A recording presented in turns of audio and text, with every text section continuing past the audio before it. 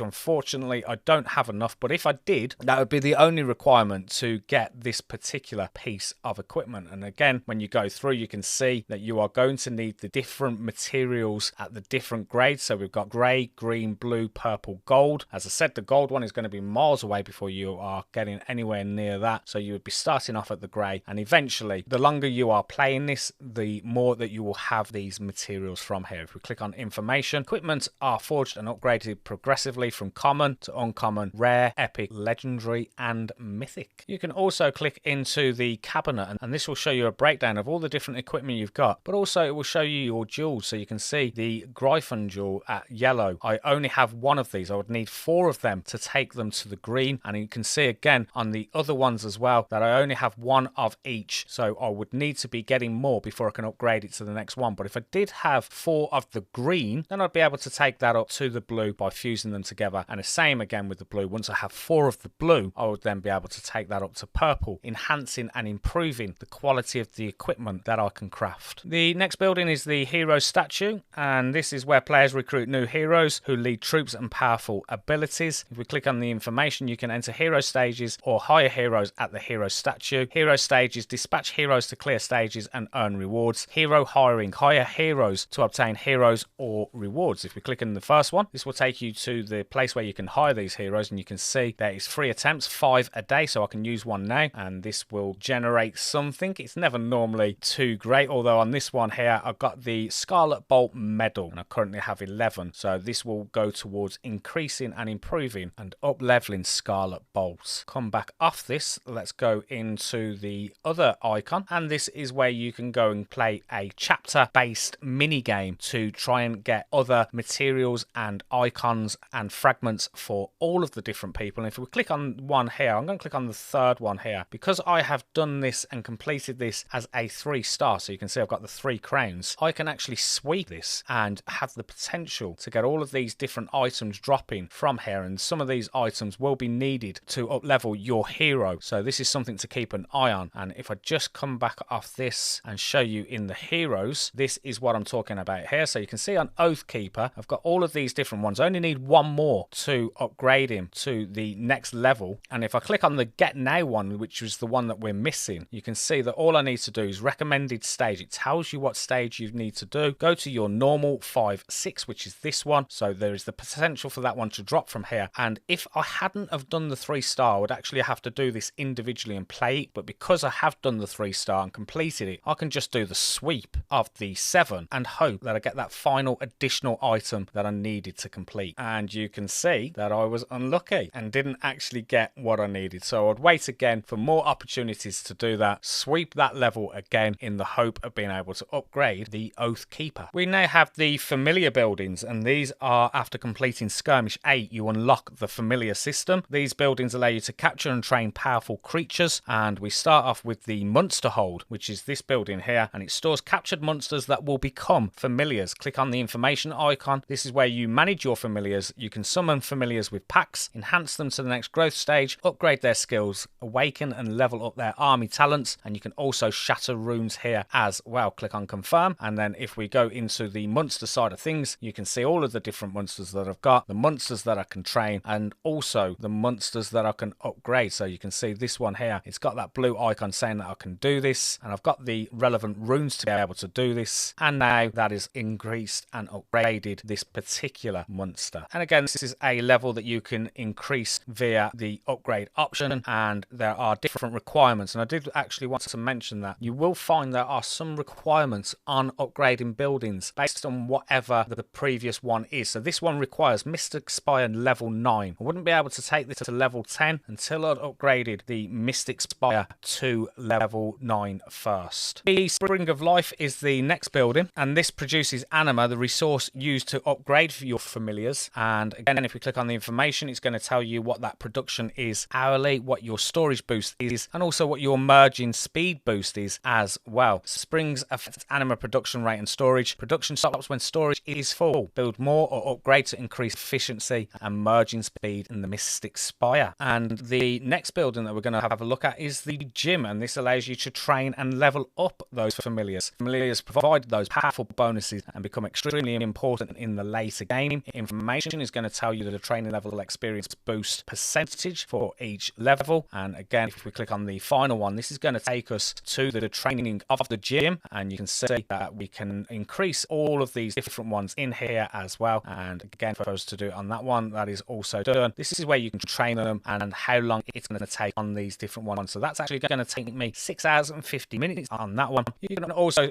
select the heroes as well, and if we go and click on confirm, this is going to do that, making sure that you have all of your familiars training as and when they possibly can. Auto select on the heroes, you can see all your heroes are busy training other familiars, so I'm unable to do that. This is where you would do that training in the gym for those familiars, and that is pretty much it. There are some other little scattered buildings that are more to do with events and things like that. This is something that I'll talk about in more detail on event guides that I do in the future. But your building priorities and pro tips to progress efficiently in Lords Mobile, starting off with that castle first, then going onto your academy, watchtower and vault next. Remember that academy, concentrate on that economy tree at the beginning. Your resource buildings balanced across your turf, making sure that you are getting as much resource production as you possibly can from all of them as well. Training buildings and multiple infirmaries, we need to make sure that you are getting the decent training speed when training your army, and of course the infirmary is going to increase your hospital capacity to make sure none are dying. Then we're moving on to your familiar buildings once that is unlocked, and some additional tips: always request guild help to reduce construction timers. This is something, it seems little, it seems small, but it can make a difference, especially early on if you are getting those helps from your guild members. Use your spare building tiles that you get at the beginning for your manors early on, and later in the game replace some of them with infirmaries to increase troop survivability. And most importantly, always keep your resource production active. And remember, you can see my food there in the top right corner. It keeps constantly flashing because it wants to feed all of my troops, but the fact that I've kept it at 0 means this is something that can't be done. So that is it for this particular video. If there's anything I've missed in this video, then please do let me know. And also, if you have any advice for anyone else that may be playing Lords Mobile for the first time, then please do also mention this in the comments. Let me know where you are with your game, how long have you been playing, and what would be the #1 tip you would give to someone when playing Lords Mobile for the first time. Let me know in the comments, and I'll see you in another Lords Mobile video very soon. Thanks for watching.